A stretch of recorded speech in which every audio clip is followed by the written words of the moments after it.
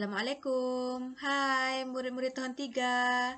Apa kabar murid-murid tahun 3 pada hari ini? Cikgu harapkan semua murid masih lagi berada dalam keadaan sehat dan bersemangat untuk meneruskan sesi PDPR kita pada minggu ini. Jadi, pada hari ini kita masih lagi melihat kepada topik yang ketiga, iaitu pecahan, perpuluhan, dan peratus. Dan fokus kita pada hari ini masih lagi kepada pecahan. Bagi standard kandungan, kita akan lihat kepada masih lagi kepada 3.1 iaitu pecahan. Manakala bagi standard pembelajaran pula, kita akan lihat kepada 3.1.5 iaitu menambah dua pecahan wajar melibatkan penyebut yang sama. Manakala untuk objektif pembelajaran pula, pada akhir pembelajaran nanti, cikgu harapkan murid-murid tahun 3 akan dapat menambah 4 daripada 6 pecahan wajar melibatkan penyebut yang sama dengan betul. Sekiranya murid-murid nanti dapat menjawab, dapat menyelesaikan 4 daripada 6 soalan, maka kamu akan mendapat TP3, iaitu tahap pencapaian 3. Baiklah murid-murid, bagi menambah pecahan sama penyebut, kita akan mempelajari dua teknik, iaitu teknik pertama menggunakan gambar raja, manakala teknik yang kedua tambah pengangka. Cikgu harap murid-murid masih ingat lagi apa itu pengangka. Pengangka adalah nombor yang berada di atas bagi pecahan. Manakala nombor yang berada di bawah kita sebut sebagai apa? Penyebut. Cikgu harap murid-murid masih ingat lagi. Baiklah, kita lihat kepada contoh yang pertama. Kamu boleh lihat contoh ini pada muka surat 90 dalam buku teks matematik jilid 1. Kamu boleh lihat soalan bagi contoh pertama ini. Ada sesiapa boleh tolong cikgu baca? Clarissa, boleh tolong cikgu baca apakah soalan yang pertama? Jadi soalan pertama ini adalah 1/5 tambah 2/5 sama dengan. Jadi kalau melibatkan pecahan, kita tak boleh tambah seperti kita tambah nombor bulat. Kita tak boleh selesaikan seperti kita tambah contohnya 5 tambah 2 sama dengan 7. 8 tambah 3 sama dengan 11. Kita tak boleh terus buat seperti itu. Kita tak boleh guna bentuk lazim menambah seperti kita menambah nombor bulat. Ada cara dan teknik kalau kita ingin menambah melibatkan nombor pecahan. Jadi kalau murid-murid dapat lihat di sini, dua pecahan ini adalah pecahan wajar kerana pengangkanya lebih kecil daripada penyebut. Dan kalau murid perasan, dua pecahan wajar ini mempunyai penyebut yang sama. Kalau di sini pecahan pertama ini penyebutnya 5, yang pecahan kedua ini pun penyebutnya adalah 5. Jadi macam mana kita nak selesaikan? Jadi langkah pertama, kamu kena lukis dulu berapa peta atau objek yang kamu perlu lukis. Ya, betul. Kamu kena lukis 5 peta kerana penyebutnya adalah 5. Jadi, kamu lukis 5 peta terlebih dahulu. Pastikan petak-petak yang kamu lukis itu sama besar. Jangan ada satu besar, satu kecil, satu besar, satu kecil. Tak boleh. Mesti sama besar kerana pecahan ini bahagiannya adalah sama besar. Jadi, kita lorekkan atau warnakan dulu bagi pecahan pertama. Jadi berapa bahagian yang dilorek bagi pecahan pertama? Kita kena lorek satu bahagian. Jadi lorekkan satu bahagian di sini. Jadi cikgu dah lorekkan satu bahagian untuk pecahan pertama. Pecahan kedua pula ada berapa bahagian cikgu perlu lorek? Cikgu perlu lorek 2 daripada 5. Maksudnya masih lagi menggunakan petak yang sama ini, cikgu kena tambah, cikgu kena lorek lagi 2. Jadi cikgu lorek 1, 2. Jadi yang ini, yang warna merah ini adalah untuk 2/5. Jadi sekarang macam mana kita nak tulis jawapan? Jadi sekarang kita kena kira ada berapa bahagian yang berlorek sekarang. Ada berapa jumlah bahagian yang berlorek? 1, 2, 3. Jadi sekarang ada 3 bahagian yang berlorek. Jadi kita boleh nyatakan 3 per. 3 per berapa kita nak letak? Jadi kita masih letak per 5. Kenapa masih letak per 5? Kenapa masih letak per 5? Kerana petak yang kita gunakan ini jumlahnya masih lagi 5 petak. Jadi 5 kita masih per 5. Jadi jawapannya 3 per 5. Cikgu harap murid-murid boleh faham. Baik, sekarang kita lihat kepada teknik yang kedua, iaitu tambah pengangka. Kalau tambah pengangka ini maksudnya kita hanya lihat kepada pengangka. Di mana pengangka? Pengangka itu di mana? Nombor yang berada di atas. Jadi apa pengangka bagi pecahan pertama? Pecahan pertama pengangkanya adalah 1. Dan pecahan kedua ini pengangkanya adalah 2. 1, 2. Jadi apa yang kita buat selepas itu? Kita tambah. Teknik ini tambah pengangka. Maksudnya kita tambah terus pengangka. 1 tambah 2 jawapannya adalah 3 per berapa? 5. Kenapa 5? Kerana jumlah petak tadi, kita boleh lihat gambar aja di sebelah ini tadi. Kerana petaknya masih petak yang sama, iaitu 5. Jadi kamu boleh pilih mana satu teknik yang kamu rasa lebih mudah untuk kamu boleh pilih. Sama ada kamu nak guna teknik gambar aja ataupun teknik tambah pengangka. Baiklah, kita lihat kepada contoh yang kedua. Sebelum itu kita lihat di sini ada seorang budak nih. Dia kata apa? Penyebut sama, jumlahkan pengangka sahaja. Di sini kita kena faham. Kalau penyebutnya sama, jadi kita boleh terus tambah pengangka. Di sini kita dapat lihat penyebutnya sini 5, 5. Sama kan? Jadi kita boleh terus tambah pengangka ini. Kita boleh terus tambah dua-dua ini, pengangka ini.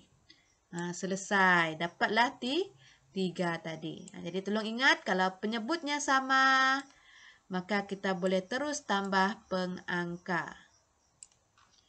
Baiklah, kita lihat kepada contoh yang contoh yang kedua ini soalannya adalah 1 per 6 tambah 3 per 6. 1 per 6 tambah 3 per 6. Jadi sekarang kita nak lukis berapa petak? Berapa objek? Kalau nak pakai petak boleh, nak pakai bulatan boleh, tak ada masalah. Asalkan kamu lukis sama besar. Baiklah, ada berapa petak yang perlu dilukis? Sepatutnya ada 6 petak kerana penyebutnya adalah 6. Maksudnya jumlah petak ada 6. Jadi kita lorek dulu untuk pecahan pertama ini. Kita lorek satu bahagian. Sekarang kita lorek untuk 3 per 6. 1, 2, 3. Faham? Sekarang kita kira ada berapa jumlah bahagian yang dilorek. 1, 2, 3, 4. Ada 4 bahagian. Jadi jawapannya berapa? 4 per berapa? Berapa jumlah petak ini tadi? Ada 6. Jadi jawapannya 4 per 6. Baiklah murid-murid, cikgu nak kamu lihat kepada contoh kedua ini ya. Lihat 4 dengan 6. Adakah murid-murid masih ingat lagi pecahan bentuk termudah? Adakah murid-murid masih ingat macam mana nak selesaikan? Macam mana nak cari pecahan bentuk termudah? Kita cari dalam sifir yang sama. Contohnya 4 dengan 6. Ada dalam sifir apa? Siapa boleh beritahu cikgu? 4 dengan 6 ada dalam sifir apa? Sifir 1 tak boleh guna. Sebab 1 tak boleh guna. Kita mesti mula dari sifir 2. 2 dan ke atas. 4 dengan 6 ada dalam sifir 2 ke tidak? Ada. Maksudnya pecahan ini boleh dipermudahkan. Boleh kita tulis dalam bentuk terkecil atau termudah. Jadi kita bahagi 2. Atas bahagi 2, bawah pun perlu ikut bahagi 2. Jadi jawapannya sekarang adalah 2/3. Itu jawapan yang terakhir. Jangan murid-murid berhenti sampai 4/6. Kerana apa? Kalau murid-murid berhenti sampai sini, maksudnya jawapan kamu atau langkah kerja kamu kurang lengkap, tidak lengkap. Kerana pecahan ini masih lagi boleh dikecilkan menggunakan sifir 2. Jadi macam mana nak semak? Cikgu ada ajar itu kan? 2 darab 2 ini, kamu akan dapat 4. Okey, betul.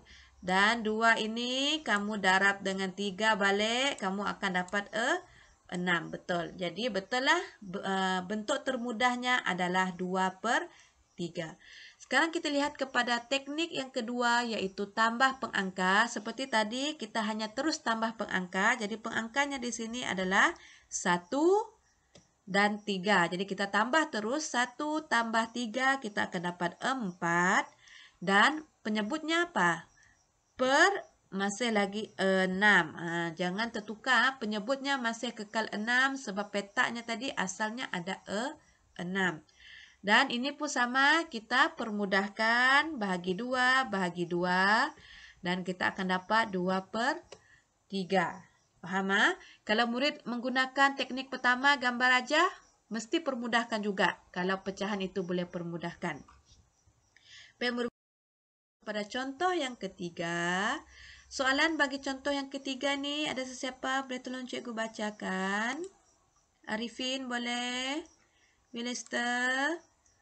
Ya, betul. 3/8 tambah 2/8 sama dengan, apakah jawapannya? Jadi kita selesaikan guna teknik pertama dulu, iaitu gambar raja. Jadi berapa objek yang kita perlu lukis? Kita perlu lukis 5 kah? Salah. Kita perlu lukis 10? Salah. Jadi Wani, berapakah bilangan objek yang perlu dilukis? 8. Jadi kita kena lukis 8 objek atau 8 petak yang sama besar. Cikgu suka guna petak sebab senang untuk dilukis. Kamu pun boleh guna petak. Jadi sekarang petak ini ada 8 petak. Datang dari mana 8 ini tadi? Daripada penyebut, iaitulah 8. Sekarang kita lorekkan pecahan yang pertama, iaitu 3/8. Jadi kita lorek 1, 2, 3. Sekarang kita lorekkan untuk 2/8. Maksudnya kita lorek 2 bahagian. 1, 2. Boleh faham? Jadi sekarang berapa jumlah bahagian yang dilorek? Jadi kita kira 1, 2, 3, 4. Tak nampak je buat sini. 4 dan 5. Maksudnya ada 5 jumlah bahagian yang dilorek. Jadi jawapannya berapa? 5 untuk pengangka, penyebutnya 5/8. Betul, pandai murid-murid cikgu tahun 3. Okey, sekarang kita cuba guna teknik yang kedua. Namun sebelum itu, cikgu nak tanya. Okey, Alisha, bolehkah pecahan ini dipermudahkan lagi? Boleh tak cikgu nak kecilkan lagi pecahan ini? Boleh ke tidak? Cuba kita tanya diri sendiri. Okey, 5. 5 ada dalam sifir apa? 5 hanya ada dalam sifir 5. Tak ada dalam sifir lain 5. Okey, 8 ada dalam sifir apa? Ada dalam sifir 2. Lepas tu ada dalam sifir 4 kan? Ada tak nombor yang sama? Kalau yang atas tadi hanya ada dalam sifir 5. Kalau yang 8 tadi hanya ada sifir 2 dengan 4. Maksudnya 5 dengan 8 ini tak ada dalam sifir yang sama. Kalau nombor itu tak ada dalam sifir yang sama, maksudnya tak boleh dipermudahkan. Jadi, kamu ambil sahaja 5/8 sebagai jawapan terakhir. Maka betul lah ini jawapan terakhir. Tak boleh dipermudahkan lagi. Okey, sekarang kita lihat kepada teknik kedua. Tambah pengangka. Jadi, senang sahaja kita hanya tambah terus pengangka, iaitu 3 tambah 2 sama dengan 5. Pastikan kamu tambah dengan betul. Dan penyebutnya masih kekal sebagai perlapan pandai. Oke, kita lihat kepada contoh yang keempat, contoh yang terakhir untuk pembelajaran kita pada hari ini. Jadi, contoh yang keempat ini soalannya adalah 1/4 tambah 3/4. Jadi, berapa jumlah petak atau jumlah objek yang kita perlu lukis? Kita lukis 4. Sekarang cikgu tak guna petak lagi ya. Cikgu guna bentuk ini. Terpulang dengan kamu nak guna bentuk apa? Asalkan dilukis sama besar dan kemas. Oke, sekarang ada 4. Sekarang kita kena lorekkan untuk pecahan yang pertama terlebih dahulu. Iaitu 1 daripada 4 bahagian kena lorek dulu. Jadi cikgu lorekkan 1 bahagian. Kemudian pecahan kedua ini kita lorekkan 3/4. Jadi 1, 2, 3. Oke, jadi kalau kamu perasan di sini, semuanya dilorek. Tak ada pun bahagian yang kosong yang tidak dilorek. Jadi, berapakah pecahan dia? Berapakah jawapan dia? Iaitu 4/4. Kenapa 4/4? Kerana 4 bahagian daripada 4 sudah dilorek. Maksudnya semua ini kena lorek.